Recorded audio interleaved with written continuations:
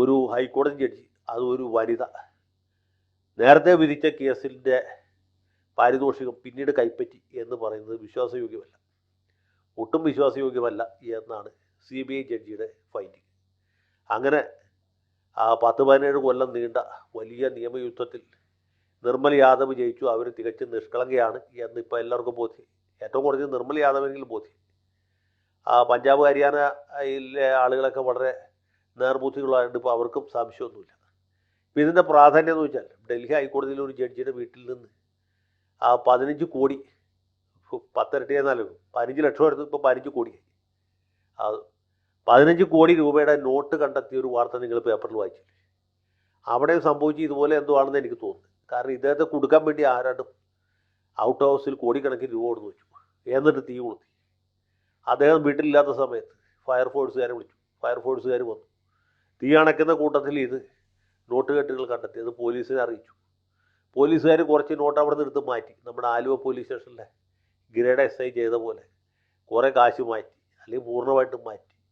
ഇതാ തീ പിടിച്ചേ എന്ന് പറഞ്ഞ് വാർത്തയുണ്ടാക്കി.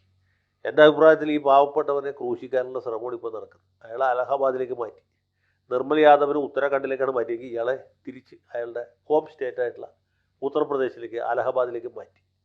ഇങ്ങനെ ഈ നാട്ടിൽ സത്യസന്ധരായ ഒട്ടും അഴിമതിക്കാരല്ലാത്ത, കൈക്കൂലിക്കാരല്ലാത്ത ജഡ്ജിമാരെ ഇതുപോലെയുള്ള കേസുകളിൽ കുടുക്കി ക്രൂശിക്കാനുള്ളൊരു മാഫിയ സിൻഡിക്കേറ്റ് പ്രവർത്തിക്കുന്നുണ്ടോ എന്നാണ് എൻ്റെ ബലമായ സംശയം. ഇത് കാണുന്ന എല്ലാവർക്കും ഇങ്ങനൊരു സംശയം ഉണ്ടാവും എന്ന് ഞാൻ വിചാരിക്കുന്നു. ഏതായാലും നിർമ്മൽ യാദവിനെ അഭിനന്ദിക്കുന്നു.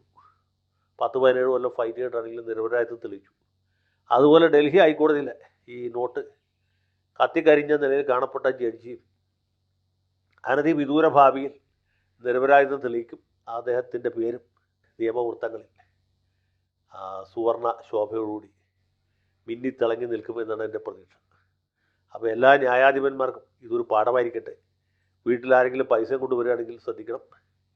അത് പൊടിയിട്ട് പിടിക്കാനുള്ള സാധ്യത പോലും ഇപ്പോഴത്തെ കാലത്തുണ്ട്. പ്രത്യേകിച്ചും രാജ്യം ഭരിക്കുന്നത് എന്ത് ചെയ്യാൻ പഠിക്കാത്ത ആൾക്കാരാണ് എന്നുള്ളതുകൊണ്ട് വളരെ വളരെ ശ്രദ്ധിക്കും. കൂടുതൽ വാർത്തകളും വിശേഷങ്ങളും നിങ്ങളിലേക്ക് എത്താൻ ABC മലയാളം സബ്സ്ക്രൈബ് ചെയ്യുക, ബെൽ ബട്ടണും അമർത്തുക.